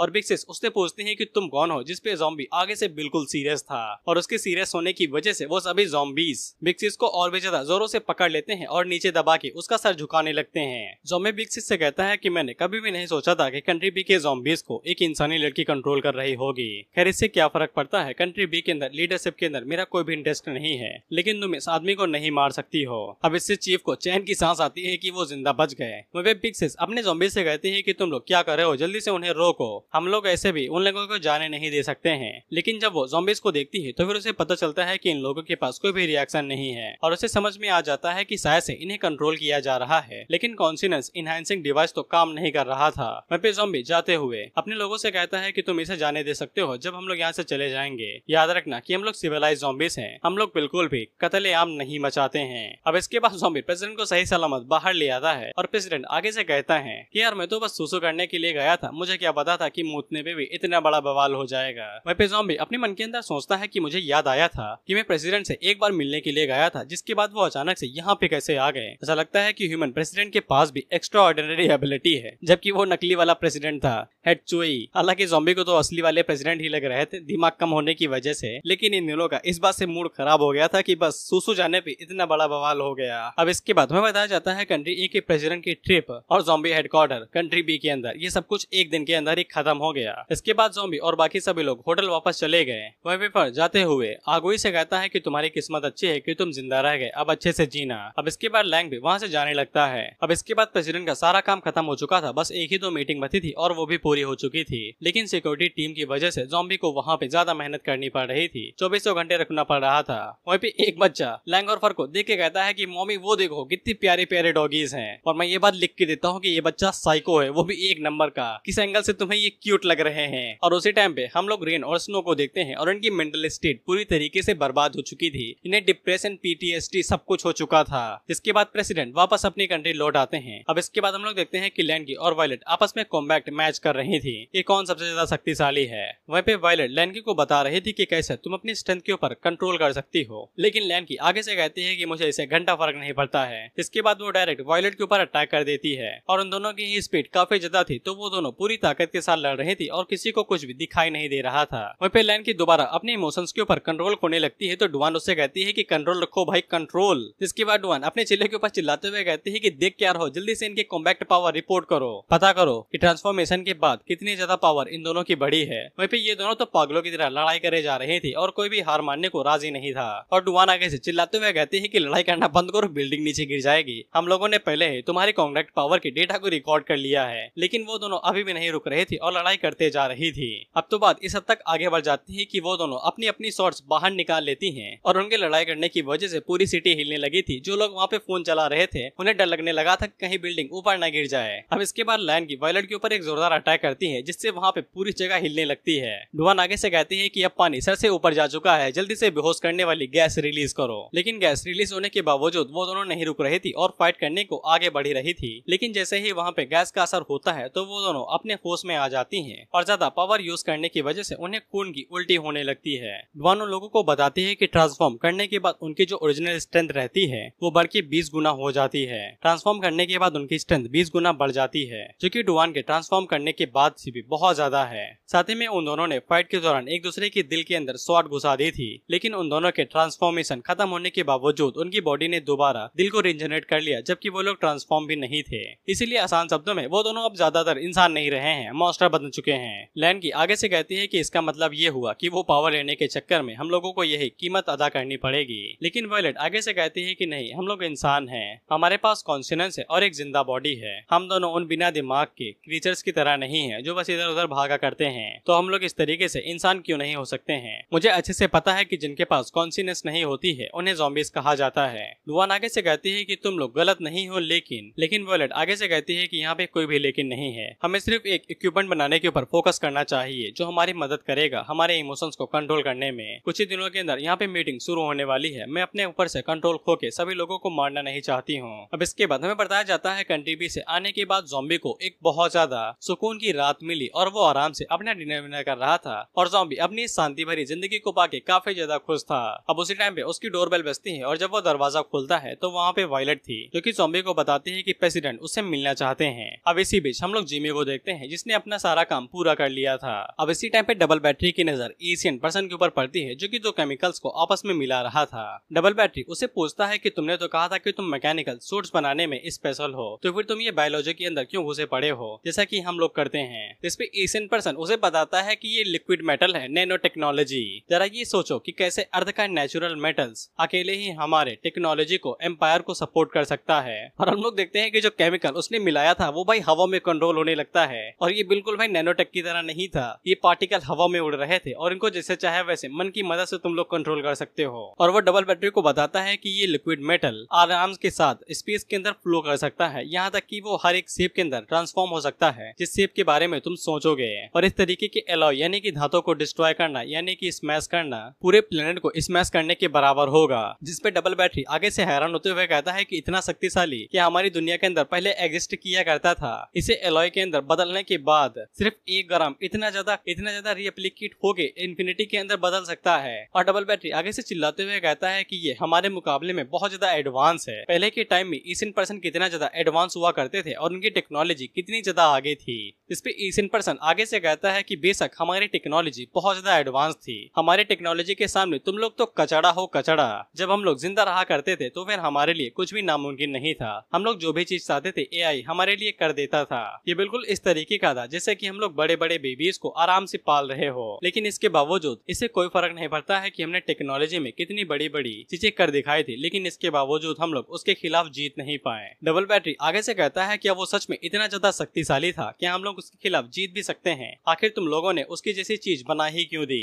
जिसपे एशियन पर्सन आगे से कहता है बड़वे किसने कहा कि हमने उसे बनाया था? वो एक ऐसा ज़ॉम्बी है जो कि ह्यूमन एरा के सबसे शुरुआती दौर में से इवॉल्व होना शुरू हुआ था। डबल बैटरी को ये बात समझ में नहीं आती है तो एशियन पर्सन उसे बताता है कि हम और ज़ॉम्बी दोनों इस अर्थ के ऊपर रह रहे हैं, लेकिन हम दोनों का रहना बहुत ज्यादा आगे पीछे है। ज़ॉम्बी इतने टाइम से इस अर्थ के ऊपर रह रहा है कि तुम सोच भी नहीं सकते हो। इस पे डबल बैटरी हैरान होकर आगे से पूछता है कि तुम्हारा मतलब है कि हमारी सिविलाइजेशन यानी सभ्यता से पहले एक और दूसरी सिविलाइजेशन हुआ करती थी? एशियन पर्सन आगे से कहता है बिल्कुल भाई हुआ करती थी, चलो मैं तुम्हें थोड़ा सा हिस्ट्री के बारे में बताता हूँ। अब इसके बाद एशियन पर्सन डबल बैटरी को बताता है कि बाकी सभी सिविलाइजेशन के साथ ही हमारी शुरुआत भी एग्रीकल्चर से हुई थी। हम लोग खेती किया करते थे, लेकिन एक दिन अचानक से वायरस पूरी तरीके से फैल गया और कई सारे फार्मर ज़ॉम्बी के अंदर बदल गए। और उस टाइम पे हम लोग तुम्हारी तरह ही हुआ करते थे, ऑर्डिनरी वेपन्स का इस्तेमाल करते थे ज़ॉम्बीज के खिलाफ लड़ाई करने के लिए। लेकिन उन जैसे प्राणियों से छुटकारा पाने के लिए, वो भी हमेशा के लिए, हम लोगों ने एक दूसरा रास्ता चुना। हमारे पास तुम लोगों की तरह पावरफुल बॉडीज नहीं हुआ करती थी, इसीलिए हम लोगों ने अपनी सारी मेहनत टेक्नोलॉजी के ऊपर लगा दी। और 1000 साल के डेवलपमेंट के बाद हम लोग अपनी टेक्नोलॉजी को इस हद तक आगे बढ़ा चुके थे कि हम लोगों ने ऐसी डिस्कवरी कर निकाली जो कि पूरी दुनिया को हिला के रख सकती थी। जिस रीजन की वजह से इंसान ज़ॉम्बीज के अंदर बदलते थे, उसके पीछे एक वायरस था जो हमारे जीन के अंदर ही हुआ करता था।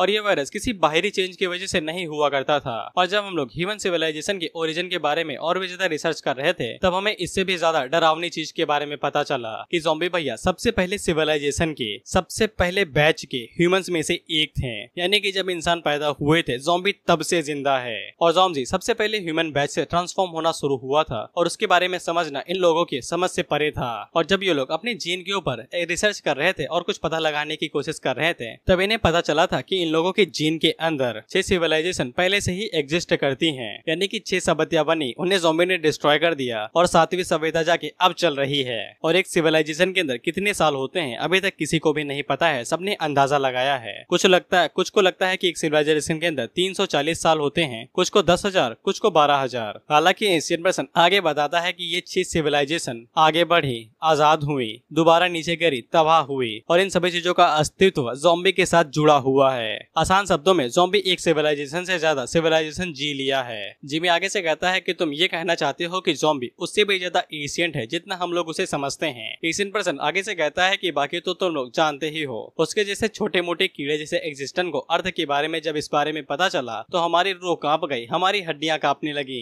और उसका सामना करने के लिए ही हम लोगों ने अपनी टेक्नोलॉजी को और भी ज्यादा जोरों शोरों से डेवलप करना शुरू कर दिया। हमारे सर्विलेंस के साथ वो जब भी जहां से गुजरता था तो हम लोग इस बात की सेफ्टी करते थे कि कोई भी इंसान उसके 5 किलोमीटर के एरिया के अंदर आसपास दिखाई न दे। हमने सबसे पहले उसके बारे में स्टडी करने के बारे में सोचा, उसके बिहेवियर को चेक किया, उसके जीन्स को बारे में। हमने साइंस और टेक्नोलॉजी उसके ऊपर बहुत ज्यादा फेंका और जोर दिया। हम लोगों ने यही सोचा इससे क्या फर्क पड़ता है कि वो कितना ज्यादा शक्तिशाली है, बना तो कार्बन बेस्ड लाइफ ही है ना, वो थोड़ी ना लाइट ऑफ स्पीड को डिस्ट्रॉय कर सकता है और तोड़ सकता है। लेकिन हम लोग आखिर में फेल हुए और फेल होते रहे और जब इन लोगों की सिविलाइजेशन खत्म होने वाली थी तो इन लोगों ने अपने आखिरी पलों में इन इंसानियत की रेस को आगे बढ़ाने के लिए किसी चीज को जमीन के अंदर घुसा दिया जो आगे आने वाले इंसानों की मदद करेगा जिंदा रहने में और उन्हें पैदा करने में। अब इसके बाद आगे क्या हुआ ये हमें तुम्हें बताने की जरूरत नहीं है प्रोफेसर जिमी। जिसपे जिमी आगे से कहता है कि तुम्हारा मतलब है कि तुमने एक आधमारे बच्चे यानी कि फीटस इमेज में देख लो भाई, जमीन में गाड़ दिया और इसी तरीके से हमारी ह्यूमन जनरेशन और सिविलाइजेशन का प्रारंभ हुआ। और प्रोफेसर जिमी आगे से बहुत ज्यादा गुस्सा था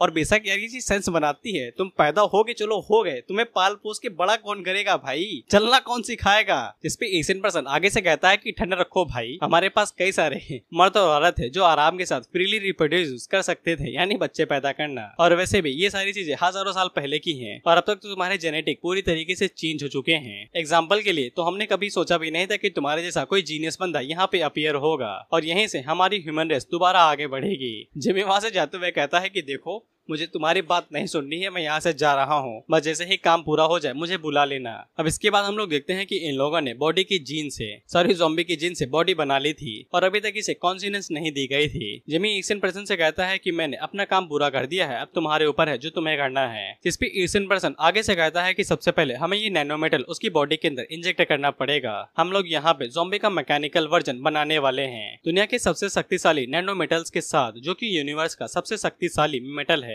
इसके साथ हम इसे मिलाएंगे तो इसके पास अनडाइंग बॉडी होगी जो कि ज़ॉम्बी के जीन से बनी होगी और इसे ज़ॉम्बी से तो बिल्कुल भी कमजोर नहीं होना चाहिए। तो डबल बैटरी उन लोगों से बिल्कुल ठीक पते की बात करता है कि अगर वो लोग यहाँ पे ज़ॉम्बी की ही तरह उसकी हूबहू कॉपी बनाने वाली हैं तो फिर उस कॉपी के पास भी तो ज़ॉम्बी की तरह ही विचारधारा होगी जो कि इंसानों के साथ रहना चाहेगा और इनकी बनाई गई ज़ॉम्बी वाली कॉपी इन्हें विलन की तरह देखी थी और एक झटके में इन्हें मार देगी। तो फिर जिमी आगे से कहता है तो फिर हम लोग इसे ज़ॉम्बी वाले की मेंटालिटी नहीं देंगे, नहीं तो ये हमारे लिए काफी ज्यादा खतरनाक हो सकता है। जिसपे एशियन पर्सन आगे से कहता है कि अगर ऐसी बात है तो क्यों ना हम लोग इस ज़ॉम्बी को मेरे एरा वाले ज़ॉम्बी की मेंटालिटी दे दें। लेकिन डबल बैटरी को अभी भी बहुत बड़ा शक था और वो एशियन पर्सन से कहता है क्या तुम्हें पक्का यकीन है कि वो ज़ॉम्बी इंसानों के साथ काम नहीं करेगा। जिसपे एशियन पर्सन आगे से बताता है कि मुझे नहीं पता है कि वो उस टाइम पे क्या सोच रहा था, लेकिन मुझे इतना जरूर पता है कि वो जब भी एक इंसान को दिखता था तो फिर वहाँ पे बहुत बड़ी तबाही आती थी और वो कत्लेआम मचा देता था। जिससे डबल बैटरी बहुत भी ज्यादा हैरान हो जाता है। वहीं पे जिमी आगे से कहता है कि अब कोई फर्क नहीं पड़ता है, हम लोगों ने जो शुरुआत की है उसे खत्म करेंगे और बाकी सब कुछ भगवान भरोसे छोड़ देंगे।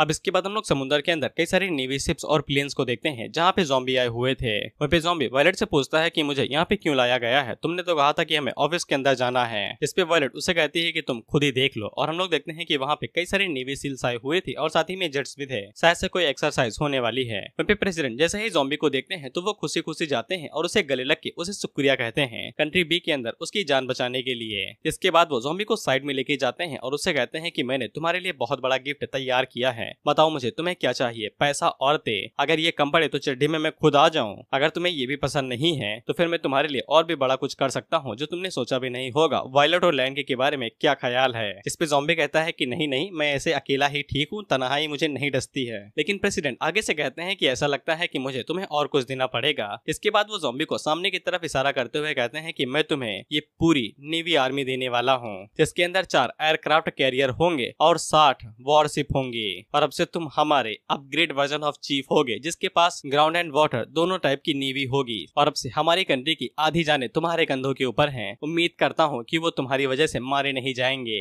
वहीं पे वायलेट अपने मन के अंदर सोच रही थी कि प्रेसिडेंट को आखिर हो क्या गया है, ये क्या सोच रहे हैं। लेकिन ज़ॉम्बी इससे और ज्यादा खुश होता है और कहता है वाओ, कंधों पे और भी ज्यादा बड़ी जिम्मेदारी। जिसपे वायलेट ज़ॉम्बी को ताना मारते हुए कहती है कि तुम्हारा वाओ से क्या मतलब है, मेरे पास एक भी शिप नहीं है। यहाँ तक कि डिपार्टमेंट हेड और बाकी सभी चीफ्स के पास भी सिर्फ लैंड फोर्स है और वो सिर्फ सिटी को कंट्रोल करते हैं। अब इसके बाद चीफ वहाँ पे ज़ॉम्बी के लिए कई सारे गार्ड्स को लेके आते हैं, जो कि ज़ॉम्बी को ग्रीट करते हैं और उसके लिए सलामी देते हैं। साथ ही में प्रेसिडेंट ने ज़ॉम्बी के लिए एक मिनिस्टर को भी हायर किया था, जो ज़ॉम्बी का एडवाइजर बनेगा। इसके बाद वो लोग ज़ॉम्बी के लिए गाना बजाना करने लगते हैं। अब हम लोग उस बड़े समुद्र के अंदर एक दूसरे कोने के अंदर देखते हैं, जहाँ पे हम लोग 20 सिस को देखते हैं, जो कि कुछ लोगों से कहती है कि अपने घमंड को जरा साइड में रख दो। हमने इतना ज्यादा पैसा यहाँ पे सिर्फ इसलिए खर्चा नहीं किया है ताकि तुम लोग यहाँ पे आओ और ठूस सको।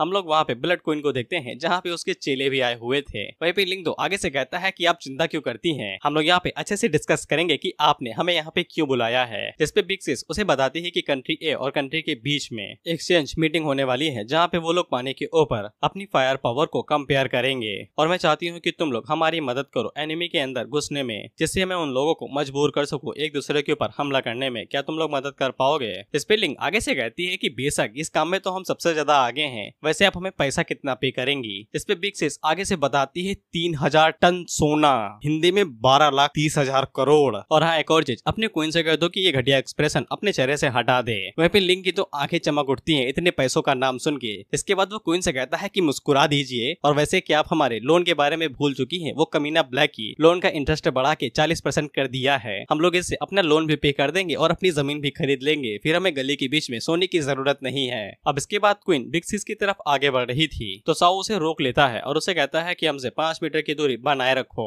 जिसपे क्वीन कहती है क्या तुम्हें डर है कि मैं तुम्हारी बिग सिस को खा लूंगी? जिसपे साओ आगे से कहता है कि हमें तुम लोगों से एलर्जी है, तो हमसे दूर ही रहो। लेकिन बिग सिस उनसे कहती है कि उसे आने दो। क्वीन बिग सिस से कहती है कि मुझे तुमसे कोई फर्क नहीं पड़ता है कि तुम क्या करना चाहती हो। इस दुनिया के अंदर एक पर्सन को छोड़ के मुझे कोई भी हरा नहीं सकता है। अगर तुम चाहती हो कि मैं तुम्हारी मदद करूं, तो फिर यहाँ पे चीजें थोड़ी सी बदली रहेंगी। जिसपे बिग सिस आगे कैसे कहती है कि दोनों के बीच में अगर तुम लड़ाई करवा देती हो तो ये हमारी डील रही। और हमें बताया जाता है कि हाई इंटरेस्ट लोन को पे करने के लिए बेचारी ब्लेंड क्वीन ने अपनी गरिमा और औहदे को साइड में रख के इस डील को एक्सेप्ट कर लिया। वहीं पे दोनों सिटीज के बीच के अंदर कॉन्फ्रेंस मीटिंग शुरू हो चुकी है और सभी लोगों को इसी बात का इंतजार है कि मीटिंग कैसी जाएगी। अब यहाँ पे एक्सचेंज मीटिंग होने वाली थी, जहाँ पे सभी लोग एक दूसरे से लड़ाई करेंगे और एक दूसरे की कॉम्बैक्ट पावर को चेक करेंगे। इसीलिए कई सारे लोग टीवी के अंदर बैठ के इस मसाला मस्ती को देखना चाह रहे थे और हर तरफ यही न्यूज चल रही थी। वहीं पे हम लोगों को बताया जाता है कि कंट्री ए के चीफ और बाकी सभी जितने जनरल थे वो सभी गोवा आइलैंड के ऊपर एकत्रित हो चुके हैं और बाकी डिपार्टमेंट के चीफ्स भी यहाँ पे आने वाले हैं और यहाँ पे एक सिंपल वॉलीबॉल का मैच होने वाला है। अब इसके बाद हम लोग वायलेट को देखते हैं और उसके सामने चिंकी मिंकी खड़े थे। वहीं पे सभी लोग तो यहाँ पे हवस का नजारा देखने के लिए आए थे। वहीं पे हम लोग लैंकी को भी देखते हैं, जो कि मैच के अंदर आई हुई थी और ये बस एक परफॉर्मेंस मैच होने वाला था, यानी कि असली लड़ाई से पहले जुआ खेला जाएगा, जिसके बाद बंदूकें चलेंगी। वहीं पे ज़ॉम्बी भी बीच पे आया हुआ था, लेकिन ये कोई भी टीम के अंदर नहीं है, बस दर्शक की तरह आया है। वहीं पे गैंग आगे से कहता है कि ये सब कुछ देखने में बिल्कुल भी मजा नहीं आएगा, भले ही ये एक परफॉर्मेंस मैच है, लेकिन 2 लड़कियों के बीच में होने वाला है, देखते हैं क्या मजा आता है। वहीं पे बाकी लोगों की नजर ज़ॉम्बी के ऊपर पड़ती है, जो कि आगे से कहता है कि ये बंदा तो इतना पतला है, हवा आए उड़ ना जाए, लेकिन हमें तो पता है कि ये एक एक्सचेंज मीटिंग का एक चीफ है, लेकिन इसने ज़ॉम्बी मास्क क्यों पहना हुआ है? और मुझे याद है कि ये तो प्रेसिडेंट का बॉडीगार्ड भी बना हुआ था, लेकिन दिखने में तो कमजोर लगता है। वहीं पे ज़ॉम्बी चीफ से पूछता है कि वायलेट की टांगे वापस आ गई, जिसपे चीफ आगे से बताता है कि वो तो बायोलॉजिकल डिपार्टमेंट की प्रेसिडेंट ने नकली टांगे बनाई हैं, यानी कि वो असली ही हैं लेकिन नकली हैं, आर्टिफिशियल बनाई गई हैं। ज़ॉम्बी की जीन के होने के बावजूद वो टांगे नहीं रीजनरेट कर पा रही, कितनी बेकार बात है भाई। भाई ऑथर सच में भाई जो समझ में आ रहा है वो लिख ही दे रहा है और हम लोग भाई गधों की तरह उसे एंजॉय कर रहे हैं। खैर अब इसके बाद वहाँ पे परफॉर्मेंस मैच शुरू हो जाता है और मैच के अंदर ज्यादा कुछ नहीं होता है, बस गेंद को इधर उधर ही फेंका जाता है। वहीं पे बाकी लोगों तो बस एक ही चीज को अंदर मजा आ रहा था, वो था फोटो खींचने में, वो भी किस किस एंगल से ये बताने की जरूरत नहीं है। अब इसके बाद वायलेट गेंद के ऊपर मारती है तो गेंद बुलेट की तरह सीधा जाके स्नो के पास गिरती है और स्नो से कैसे कैसे डिफेंड कर लेती है। इसके बाद रेन उस गेंद के ऊपर मारती है तो फिर लैन की इस तरह से उसे दोबारा मारती है और वो दोनों इसी तरीके से गेंद को इधर उधर मारने लगते हैं, लेकिन इसी बीच गेंद जाके ज़ॉम्बी के सर के ऊपर लगती है। अब उन लोगों के मैच के दौरान हम लोग एक और लड़की को देखते हैं, जो कि एक नई कैरेक्टर थी। अब ज़ॉम्बी को समझ में आ चुका था कि वो हर बार अब गेंद से पीला जाने वाला है, तो वो तुरंत वहां से भागने लगता है, लेकिन उसी टाइम पे दोबारा गेंद उसके सर के ऊपर आके लड़ती है और बेचारा नॉकआउट हो जाता है। वहीं पे वायलेट और रेन दोनों आपस में लड़ने लगती हैं। वहीं पे टीटी आगे से बैठ के कहता है कि साला ये दोनों हर साल लड़ती हैं, और वो उन लोगों से कहता है कि एक्सचेंज मीटिंग शुरू होने वाली है, वहां पे लड़ लेना, अब यहाँ से जाओ। वहीं पे हम लोग की लड़की को देखते हैं जो कि अपना चश्मा हटा के ज़ॉम्बी को देखती है, और वो अपनी एक दोस्त जिसको हमने पहले देखा था वो उसे कहती है बटरफ्लाई ध्यान से, वो तुम्हें डिस्कवर ना कर ले। वहीं पे ज़ॉम्बी को शायद से इनके बारे में पहले पता लग चुका था क्योंकि वो काफी ज्यादा गुस्से में था। टकलियों के ऊपर 2 एरो दिखाई दे रहे हैं, ये गुस्से का साइन होता है। अब इसके बाद हमें ये सफेद बालों वाली लड़की दिखाई जाती है और ये भी एक नई कैरेक्टर है। वहीं पे बटरफ्लाई आगे से कहती है कि चिंता ना करो, इस बात को सदियां बीत चुकी हैं, जब हमने उसे लड़ाई की थी वो तो शायद से हमारे बारे में पहले ही भूल चुका होगा, और इसके अलावा उसकी तरफ देखो, ये तो उसकी पहली फॉर्म है ना, ये तो बिल्कुल बेवकूफ लग रहा है, लेकिन अभी देखने में बेवकूफ लगता है, लेकिन जब ये ट्रांसफॉर्म करेगा तब ये हमारा नाइटमेयर बन जाएगा। हम लोग काफी टाइम से कंट्री बी के अंदर छुपे हुए हैं, मैंने कभी सोचा भी नहीं था कि हम लोग यहाँ पे एक्सचेंज मीटिंग के दौरान उससे दोबारा मिल जाएंगे। ये मेरा पहली बार है जब मैं उससे पहली बार मुलाकात कर रही हूँ। बटरफ्लाई आगे से कहती है कि ये टाइम अभी मिलने जुलने का नहीं है, वो हमसे ज्यादा खतरनाक है। जो पेनफुल मेमोरी उस दिन की अभी तक मेरे दिमाग के अंदर घुसी हुई है, जो दुख ये हमारे अंदर लेके आया था, और वो फीलिंग जो गायब होने की थी, और खुद के ही होम टाउन को छोड़ने का दर्द, ये कभी भी हमसे छूट नहीं पाएगा। मैं कभी भी उस दिन को भुला नहीं पाऊंगी जो हमने सहा था। वहीं पे इनके साथ एक बंदा भी था जिसकी हाइट शायद 7.5 फीट होगी, वो भी ज़ॉम्बी को देख के काफी ज्यादा गुस्से में था। हालांकि बटरफ्लाई उसे शांत करा देती है और उसे बताती है कि हमारा गोल यहाँ पे उसे चैलेंज करना नहीं है, अगर हम लोग यहाँ पे जल्दबाजी में कुछ भी करेंगे तो फिर हमें बहुत बड़े परिणामों का सामना करना पड़ सकता है। मैं दोबारा इस दुनिया के अंदर अकेली नहीं होना चाहती हूँ।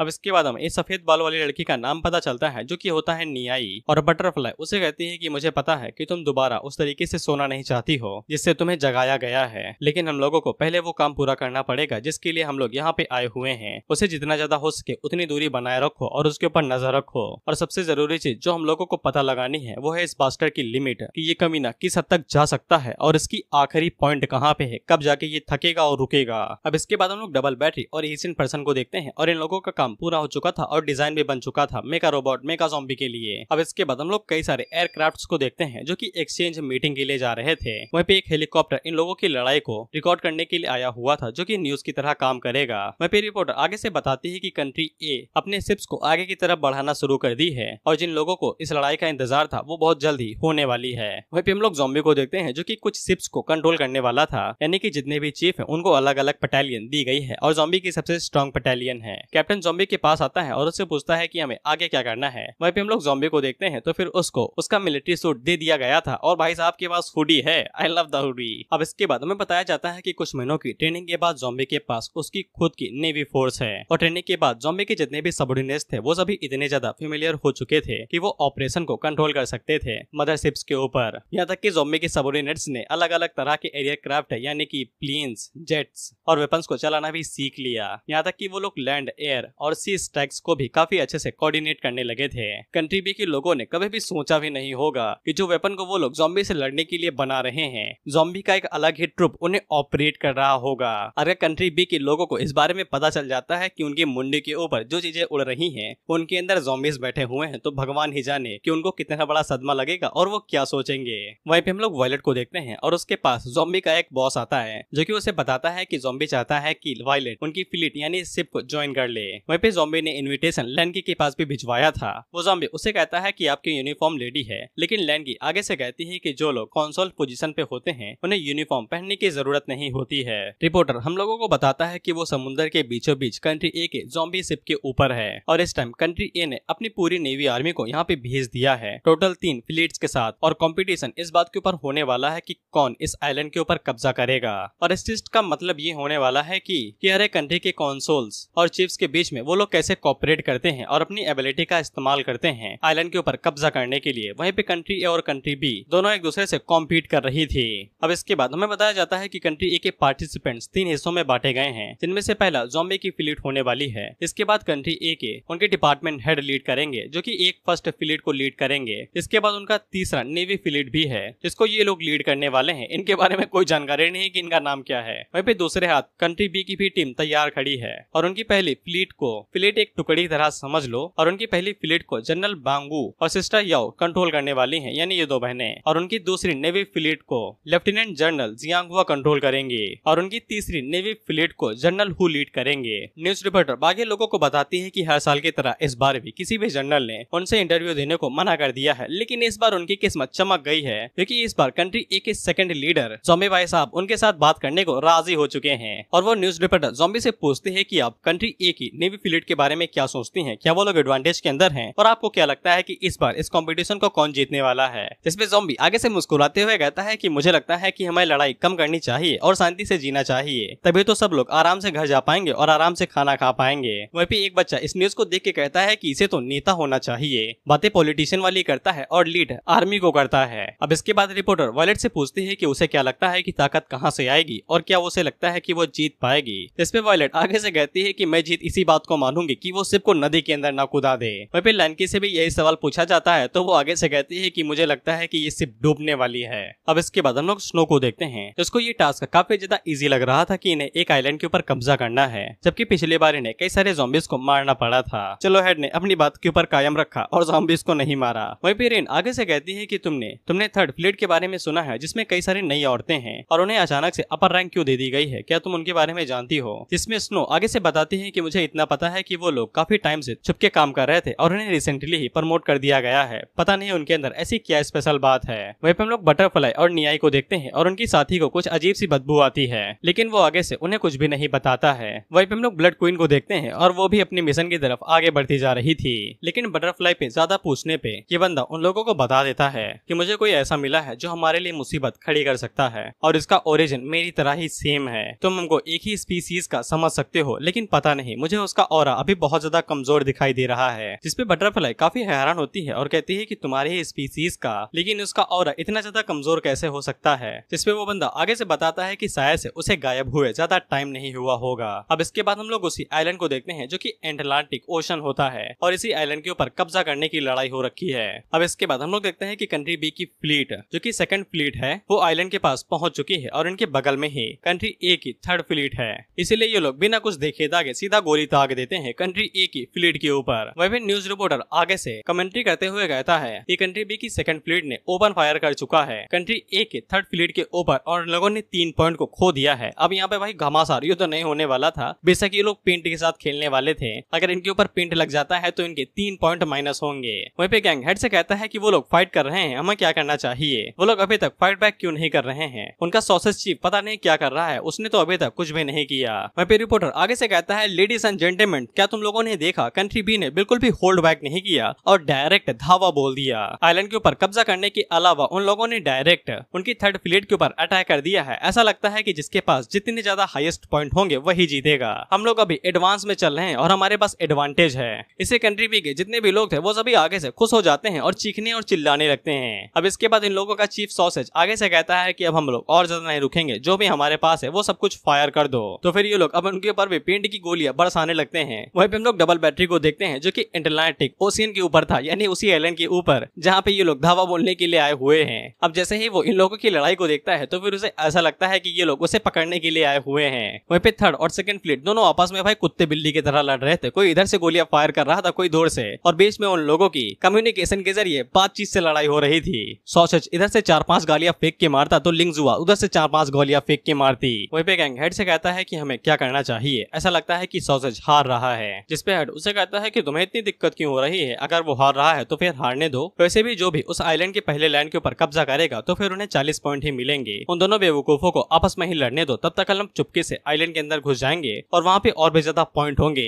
इसे गैंग हैरान होता है कि चीफ यहाँ पे मक्कारी की बात कर रहे हैं। वहीं पे डबल बैटरी की तो आंखें बाहर आ चुकी थी क्योंकि उसे ऐसा लग रहा था कि जितने भी सोल्जर्स हैं वो सभी यहाँ पे तबाही मचा रहे हैं सिर्फ उन्हें पकड़ने के लिए। अब इसके बाद हम लोग देखते हैं कि सॉसेज अपने पायलट को साइड में करता है और उससे कहता है कि अगर तुम किसी चोर के ग्रुप को पकड़ना चाहते हो तो फिर डायरेक्ट उनके लीडर को पकड़ लो। अब इसके बाद वो सीधा अपनी शिप को तोड़ते हुए जिंगहुआ की शिप की तरफ आगे आने लगता है। वहीं पे जिंगहुआ के साथी आगे से कहते हैं कि लेफ्टिनेंट जनरल कुछ हमारी तरफ उड़ते हुए आ रहा है। अब इसके बाद हम लोग सॉसेज को देखते हैं जो कि वहाँ पे essence of sausage muscle body का इस्तेमाल करता है और बीच हवा में ही अपने कपड़े फाड़ के नंगा हो जाता है और अपनी सेक्सी बॉडी दिखाने लगता है। अब उसकी सेक्सी बॉडी देख के ये तीनों ही आगे से चीखने और चिल्लाने लगती है कि ये क्या है बे। वहीं पे न्यूज रिपोर्टर जो कि कमेंट्री कर रहा था ये देख के उसकी आंख नाक और मुंह से खून बहने लगता है। उसको छोड़ो जो पायलट वहाँ पे शिप को चला रहे थे उनका भी यही हाल था, और उन्हें छोड़ो जो लोग टीवी से उसे देख रहे थे उनका भी यही हाल था। अब इसके बाद न्यूज रिपोर्टर अपना दर्द छुपाते हुए कहता है लेडीज एंड जेंटलमैन इस चीज को गोली मारो, काफी सालों बाद हमें कुछ दर्दनाक चीज देखने को मौका मिला है। अब इसके बाद जिंगहुआ भी आगे से कहती है कि मैं भी पीछे नहीं हटूंगी, जिसके बाद वो भी अपनी सिप को तोड़ते हुए सीधा जाके सॉसेज के ऊपर जाती है और उसके ऊपर ठरकी मार के उसके मुंह के ऊपर एक जोरदार लात मारती है। वहीं पे न्यूज रिपोर्टर आगे से कहता है, लेडीज एंड जेंटलमैन, क्या आप लोगों ने देखा, अब यहाँ पे जनरल और काउंसिलर्स के बीच में लड़ाई होने लगी है। वहीं पे कंट्री बी के लोग आगे से कहते हैं कि हाँ उस ठरकी को मार दो, साले ने हमें खून के आंसू रुला दिए हैं।